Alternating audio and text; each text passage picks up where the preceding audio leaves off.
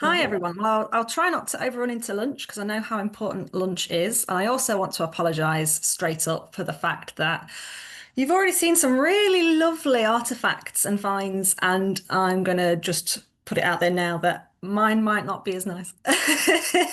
But obviously, make from that what you will as we go through. Yes, I'm going to talk about our excavations that we did in Derby only a few months ago. So again, it's quite a fresh project, quite a new project for the year. So in terms of analysis, there isn't lots that I can tell you in terms of the finds that we did pull out. But I will give you a general overview of what we've been up to. And hopefully, maybe then in a couple of years, if we do continue with the project, I'll be back again. So we'll see. Um, what is Derventio? So Derventio is a fortified town with walls and ditches for defence. It's always been a bit confused as to whether it was a fort or a fortlet, but because we've had no military evidence found within the settlement itself, it has been constantly identified as a fortified town. It's also known as Little Chester, so if you know the area at all, you might have heard both names. Where is it? It's quite central to Derby. You can just see as I zoom in using Google Maps, you can just see the area here. You've got Chester Green Community Centre basically within the footprint. You've got Darley playing fields to the north, Chester Green and Parker's Piece to the south. If I bring up a LiDAR image showing you exactly where the defended settlement is, that's the area in red in the centre. We've also got Strutt's Park, which is on the west side of the river Derwent. That is the earliest Roman archaeology in the area, dating from around AD 49 to about 80. Little Chester itself dates to around 80 AD, so there's probably only a slight crossover between the two areas. You've got obviously the Roman army moving in, building Strutt's Park fort for defence purposes, maybe to monitor the River Derwent itself, and using it as a platform, a springboard in which to then continue north and northwest. We assume that Strutt's Park's short life is due to the fact that the area is well and truly subdued. They don't necessarily need such a large presence in the area after that point, and that's when Little Chester seems to have been developed. There's possibly a bridge going across the Derwent at Little Chester itself. So whether they were linked physically as well, we're not entirely sure. There's still more work to be done with that. But by sort of AD 80, you've got a population of people settling at Little Chester. You've also got Ricknell Street to the east, and then further over to the east, you have another area which is called the Derby Racecourse. It's just another park within Derby. But in this particular area, there was excavations done a few years ago, and there was evidence of a cemetery, and it was an industrial area as well. And that sort of dates to a similar sort of age to Little Chester. So all quite early in the story of Roman Britain, really. Some previous works, William Stukeley was interested in Derventio. He did his own research and drawings. He did believe that there was a bridge across the Derwent, and on his sketches, he did actually draw it in because he did record that he saw some masonry in the river itself. We've overlaid this drawing by William Stukeley onto LiDAR just to give you a bit of a sense of the natural high point that Derventio, Little Chester itself, is actually set on. Although obviously there's been a lot of changes during the modern day period with buildings and floodplain management, but it gives you a general idea as to the height of the area and why this place was chosen. There's also been a lot of other excavations in the area, dating all the way through the mid to late 20th century. I've brought this picture up just to give you an idea of the size of the site of Derventio, but showing you how many excavations have been done, but how small they actually are. And this is why we still don't really know what its purpose was. And when I say there's been no military evidence, you can see that in the grand scheme of things, we haven't actually dug that much of it. So all of previous excavations are the little pink areas, and the excavations that myself at York Archaeology, once called Trenton Peak Archaeology at the time, you can see our excavations are these long black lines and the black trenches off to the west edge of the defended settlement. But our story starts really with Oxford Archaeology, believe it or not. So they did the evaluation trenches in 2013 for a flood alleviation scheme that ran all the way down the River Derwent, all the way through into the city centre of Derby. And they started off with evaluation trenches. The one that concerns us today is Trench 10, which is the one in red. And you can just see on the right-hand side of the screen a plan drawing of what was found in that trench. In this trench, they uncovered a really nice cobbled surface with a bit of a curb to it. But the nature of trial trenching, they're 2 meters wide by 30 meters. It's such a small snapshot into a bigger story. And so a number of the trenches actually did bring out a lot of archaeology to the point where in some cases, especially around Trench 10, the flood scheme was actually altered, so it wasn't going to affect the archaeology that was picked out with these trenches, because they assumed that if that's how much you're getting into one trench, imagine what you're going to find if you open up the whole thing. So they did actually alter the direction of the flood alleviation bank and wall just to avoid some of this archaeology. This then led on to our involvement as Trenton Peak Archaeology, now York Archaeology. We excavated along the route of the flood defence. So the flood defence was going to simply be sheet piling, and then they were going to build a wall or a bank over the top of it. So our excavations were quite narrow in quite a lot of the areas that we were excavating.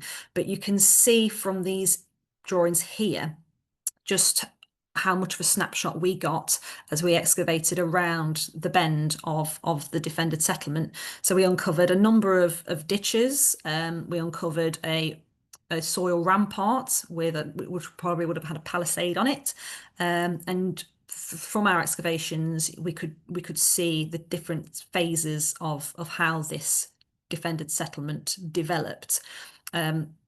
And it's a monster. You've got 3 large ditches as well as a rampart, walls, all surrounding this quite a large area, and we still, like I say, don't really know what its purpose was. Being situated right next to Ricknield Street and the river, you could assume that again it's for monitoring movement. It could be for tax purposes. As people are moving up and down those thoroughfares, they are being taxed. It could be a place where they are creating something. So is it lead ingots or something like that, and they're storing these quite rich artifacts on site? Again, we don't exactly know. But obviously this then all of this information then transpires, sort of spreads onto what we're going to do next. You've got a few images here of what we found. So this was a part of the main wall surrounding Derventio. We also uncovered a number of surfaces, some of them really structural, really permanent. You can see here potentially the remains of a building on one of them here as a bit of a reuse of that particular surface. But then as you move away from the defended settlement to towards where that Trench 10 was, you're moving away from the defended area into a spread of settlement that's now following Ricknield Street, forming more of a vicus. And it's in these areas we were finding that it was a bit more haphazard. So you can see from this surface here that it was a bit more of a thrown together surface. It wasn't a structured layout. And this was one of our questions that we wanted to try and answer with our excavations this year was the extended settlement of Derventio outside of the defended area, was it an organic creation or was it something that was quite planned? So this was one of our main reasons for our excavations. Some of the finds that came out during that main excavation, you can just see a couple of them here. So we did have some really lovely artifacts indicating, domestic life, a few coins, lots of bits of pottery. So we did have quite a nice assemblage coming out during those excavations. We also did a community project over the footprint of Rickneld Street. So it was just one single trench that wasn't necessarily associated with the flood alleviation scheme, but as a way of getting the community involved, it obviously looked really good on paper. So that's why they chose to let us have a trench over the top of Rickneld Street, even though it was in the middle of a football pitch. So as you can see from the plan here, Rickneld Street itself is obviously quite a substantial street. It has ditches either side, and there was a number of remains of midden pits and evidence of domestic activity either side of Rickneld Street at this particular point as well. So just from where our excavations were, much further up the field from the flood alleviation scheme, you could see that the vicus and where people were living spread quite far up the road north away from the defended settlement. So again, gave us more fuel to the fire to try and find out more about it. So our 2025 excavations was just to the east of Trench 10, and like I've just said, was aiming to uncover further evidence of the vicus. So bringing us back to Oxford's plans of their trenches. Trench 10, just on that image there, you can see it again, a repeat of earlier. And the little rectangular box is basically where our excavations were. We did a 5x15 box. Now the excavations were a training dig, so it was advertised to local public and to students. So we got a number of students from the Nottingham University as well. And the main aim was to train whilst we were obviously doing the excavations. We also had a number of volunteers coming from the Derby museums who we partnered with on this project to learn new skills. They are very used to seeing the post-ex process of archaeology, but they had a very limited experience of actually finding those objects before they get them back to the museum. So it was a perfect opportunity for them to understand where all of those artifacts that they usually see on their day-to-day voluntary basis, where they actually come from. So the excavations, it was an interesting one. And this is why I wanted to put that caveat out immediately that we're not necessarily going to see a lot of beautiful finds, mainly because the first 70 centimetres of our excavations was all modern. And when I say modern, I mean Bovril jars. It seemed like it had been a bit of a bottle and ceramic dump. And then on top of that, it seemed like they'd dumped a load of industrial foundry waste. So quite a lot of the glasswork had actually melted and warped, which was obviously quite interesting. But when you're supposed to be finding Romano-British archaeology, and people had obviously come onto this dig expecting that, it was quite difficult. So yeah, for the first sort of 70 to 80 centimeters, we had these really weird troughs that you can just see on this image, full of 1920s, 30s, and 40s modern bottles and plates and bowls and things, which obviously, was nice, but also not what we really wanted. There were a few bits of Romano-British pottery mixed in. So clearly, as they had dug these weird troughs out, they had obviously disturbed Romano-British deposits underneath, which gave us hope. After a little bit of time on a mini digger, we did eventually get down to the Romano-British layers. So unfortunately, as is typical of some of the projects I end up working on, I don't know why it's always me, but it usually seems it's always the last day when you find the good stuff. And yes, it was the case in this project that the last day or two we did start to come across demolition layers of potentially Romano-British in date. They were underneath flood deposits, so clearly this flood plain had continued to do what it's supposed to do over the hundreds of years after the Romano-British period, so it was obviously masking this demolition. So we did start to uncover it. The weird shape of how we've dug it is literally the way that the volunteers and the trainees just sat themselves around this deposit and started frantically digging back. So it wasn't deliberately meant to look like a house. It was just how it ended up working out, with a couple of the trainees being faster than the others. But you can see just from here the larger pieces of masonry, and within this area we did come across some really lovely finds. So I'm just going to go through very briefly the sort of general assemblage that we got out. I mean, I imagine you're all very used to seeing grainware and black burnished ware, so I'm not going to bore you with that kind of thing, because they are obviously very common, and it's not a Romana British site unless you find at least one piece of greyware. So yes, we had a number of sherds of greyware and black burnished ware. We also again had the typical mortaria pieces.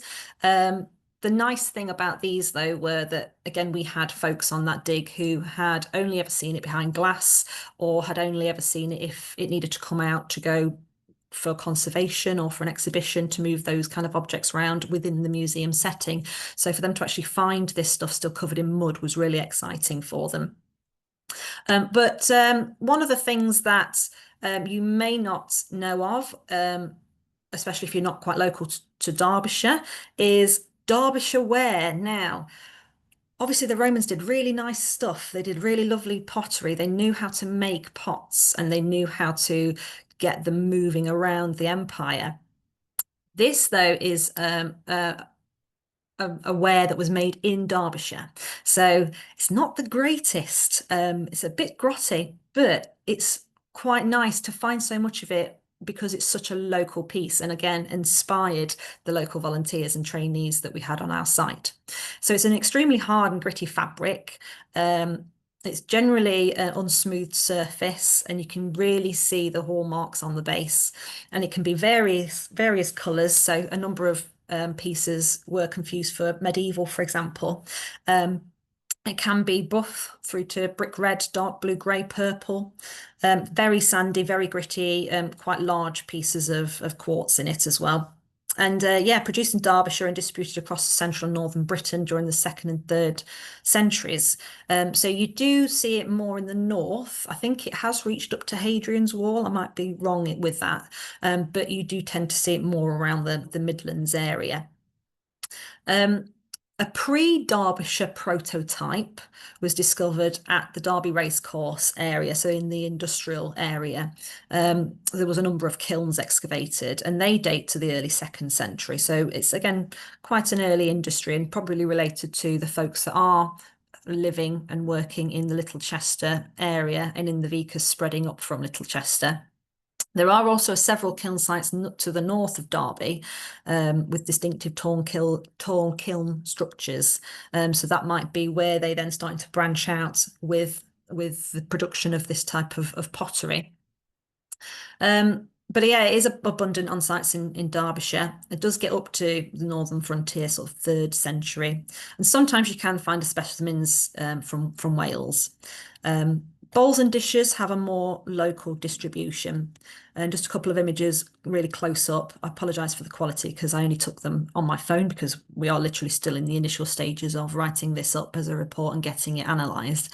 But you can just see the amount of quite large pieces of grit and stone within the fabric itself. Typical form is jar with a deep sort of bell mouth rim or rolled rim. Yeah, so it was really lovely to find so many pieces of Derbyshire ware on our site.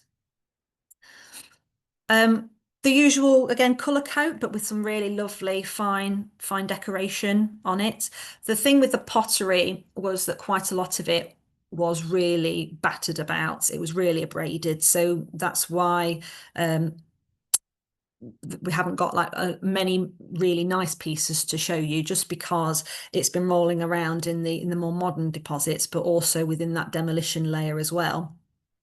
A bit of a close-up here of some of the colour coat decoration. And then probably, I think this might have been the biggest piece of Samian that we had out on our excavations. More came out on the excavations during the 2016, 2016 flood alleviation scheme, but this is the biggest piece that we had out. Again, we had some quite small fragments that looked like they had been rolled around quite a lot, so they were quite abraded. But this was the nicest piece of Samian that we pulled out. We also had one lonely quernstone. Unfortunately, this did come out of the modern deposits, but it's clearly unfinished. It may have been a part of a surface, a bit like one of the images that I showed you earlier on. It is quite rough and ready, so maybe that is where it ended up, because it's clearly not finished. Somebody did suggest it might have been a column base, but I'm not convinced. I think it is probably a quernstone. We did, however, get a few coins out. We had resident metal detectorists on site who used their skills to teach and train the trainees and volunteers as they came onto site. We unfortunately again found a few of these within the more modern contexts, but we've got a few that we think are clear enough to be able to hazard a guess at their age and date. Again, they've not been looked at by specialists yet, so this is just one of our in-house management specialists who are having a little look at these coins before we send them on. So this one, for example, is Denarius, possibly Nerva. You can just about see the CAES around the edge. So it suggests that it is some kind of an earlier coin. Again, it's not great quality, but obviously you can imagine with it being rolled around on a floodplain and then with a load of modern material moving around that it's not going to be as clear as you'd like it to be. We've got another one here, Philip II. Again, this is just off the basis of having a little look at it before we get them all sent off to specialists. And then we've got this one, which is I think the best one that we've had out. Seems to be Severus Alexander from about 231. So these dates are a lot later than the dates of Little Chester itself, but it does suggest that the longevity of the site. I mean, some of the excavations that we did in 2016 already were suggesting that the settlement was around for a long time. I mean, Little Chester itself was even being used during the Saxon period, because we did find a couple of Saxon burials within the site during 2016. So we know that there are people living in this and living and working in this area for a long time. But it also potentially suggests that that the settlement was more organic in its creation. So more work needs to be done on that, because it does seem that from the ages that we have, it wasn't a planned settlement associated with the origins of Little Chester itself. We have a couple of other pieces of metalwork. So a little hairpin here. This was excavated by a volunteer who had almost developed an allergic reaction to a trowel. He just wanted to get the big yellow digger out and start ripping through everything. But I said, no, you're gonna have to use a trowel for this one. And he did, with shaking hands, because it was his first proper nice find that he'd had out. We also had a number of hobnails as well, but also this object on the right that, if anybody can hazard a guess as to what it is, that would be great, because we're not sure. It looks like a spoon, but it's not got the depth of a spoon, and it's got a slight hook that it could be broken. So we're not quite sure what it is, but if anybody's got any thoughts on that, please let us know, because it would be great to understand it in more detail. Yeah, so that one was quite interesting as well. So next year, hopefully, if the council let us dig their playing fields up again, we're hoping that we can continue where we left off, because when I backfilled it, I put a taram down. So hopefully we can just re-excavate all of that material back out and continue from where we finished. And then potentially extend more to the south where that spoil heap is in the image. And then if we can keep going back year on year, we will basically bounce south towards that bank in the distance, which is the flood alleviation scheme, heading down towards where we know there's clearly more domestic activity, and hopefully understand the site in more detail as we go. I think that's me. Thank you.